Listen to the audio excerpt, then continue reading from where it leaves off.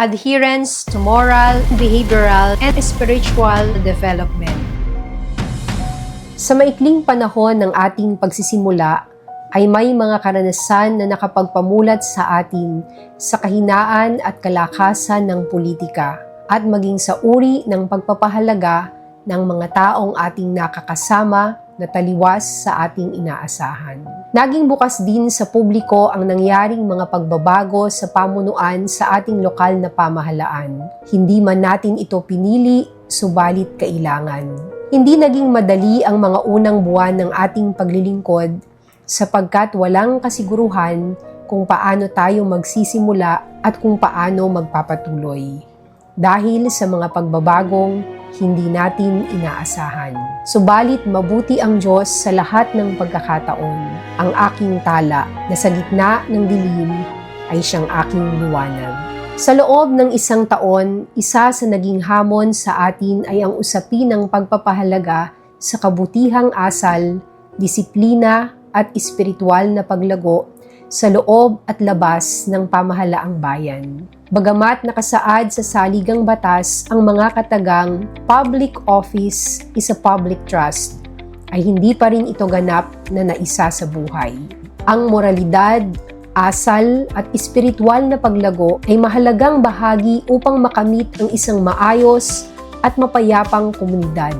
Hindi natin maikakaila na ang pag-iral ng katiwalian, kaguluhan, pagkasira ng kalikasan at kahirapan ay nakaugat sa maling asal, gawi at pagpapahalaga. Kaya naman sa pangunguna ng ating Human Resource Management Office ay patuloy na isinasagawa ang ating Moral Recovery Program na ngayon ay ganap ng naisabatas sa ilalim ng Municipal Ordinance No. 270. Ang programang pinasimulan ng ating dating punong bayan kung saan kabahagi ang iba't ibang sektor panrelihiyon sa pamamagitan ng prayers and breakfast tuwing ikaunang Lunes ng buwan.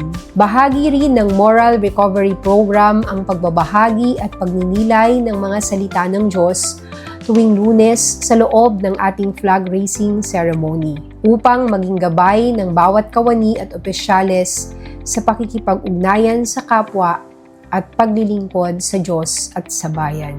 Sa pamamagitan ng mga gawaing ito, nagkakaroon ng puwang na masuri ang sarili, hindi lamang batay sa husay ng pagbibigay ng serbisyo, kundi maging sa katapatan sa pagtupad sa ating mga tungkulin. Bagamat wala namang perpektong kawani o lingkod bayan, dahil lahat ay may kahinaan, kaya nararapat lamang na bigyang halaga ang pagkaing pang-espiritual. Ang pambihirang pag-organisa ng samahan ng mga ministro o leader ng mga simbahan, iba-iba man ang doktrinang dala, ay nagawan ng paraan at nagpatuloy. At ang pinakamaganda po dito na institutionalized, ito po ay nag-iisa sa ngayon sa buong lalawigan ng Aurora. Sa halos 2 dekada na ako ay umikot sa iba't ibang bayan at naging parte ng pamahalaan at religious sector, I really commend this government sapagkat ang ganda ng samahan, hindi lamang ng bawat isa kundi ang magkabilang panig ng religious sector at ng ating pamahalaan. Mayor Au, congratulations and maraming salamat po mula sa religious sector. Dahil damako na ang patnubay ng ating mga religious sectors sa pagbibigay ng direksyon tungo sa isang makabuluhang serbisyo at paglilingkod sa Diyos at sa bayan. Ang bawat karanasan din ng tao ay may implikasyon sa kaniyang asal at pakikitungo sa kapwa. Kaya sa pamamagitan ng Executive Order No. 440 ay naipatupad ang pagkakaroon ng mental health break sa mga kawani, kung saan may pagkakataong makapagpahinga ang mga kawani sa loob ng 2 oras bawat linggo o ilaan ito sa mga gawaing makatutulong sa pagpapalakas ng ugnayan o samahan ng mga kawani sa isang opisina sa ilalim ng paggabay ng Human Resource Management Office na nagsisilbi ring guidance coordinator sa ating lokal na pamahalaan. Kabilang din sa mga naipatupad na kautusan ay ang mga sumusunod.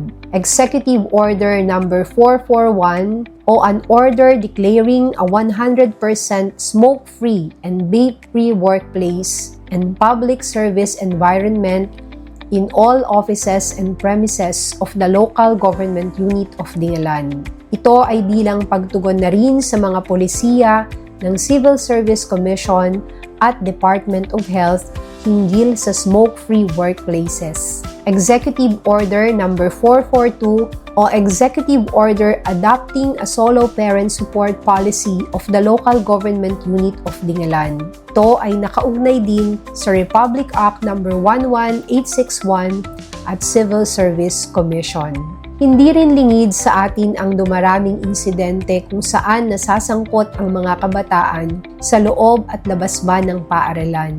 Kaya bahagi ng programa ng ating Municipal Youth and Development Office ay ang integrasyon ng values formation sa mga programa nito. Isa sa mga naging tampok ngayong buwan ng Hulyo taong kasalukuyan, ang film showing na may kaugnayan sa pamilya at buhay ng mga kabataan.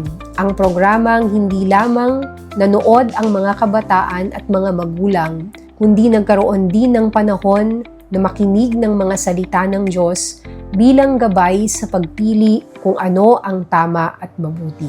Marahil gasgas na ang mga salitang disiplina, ngunit ang kahalagahan nito ay hindi kailanman kukupas. Sa huli, lagi nating tatandaan na ang puso ng pagbabago sa ating pamahalaan at lipunang ginagalawan ay ang pagbabago ng puso ng bawat mamamayan.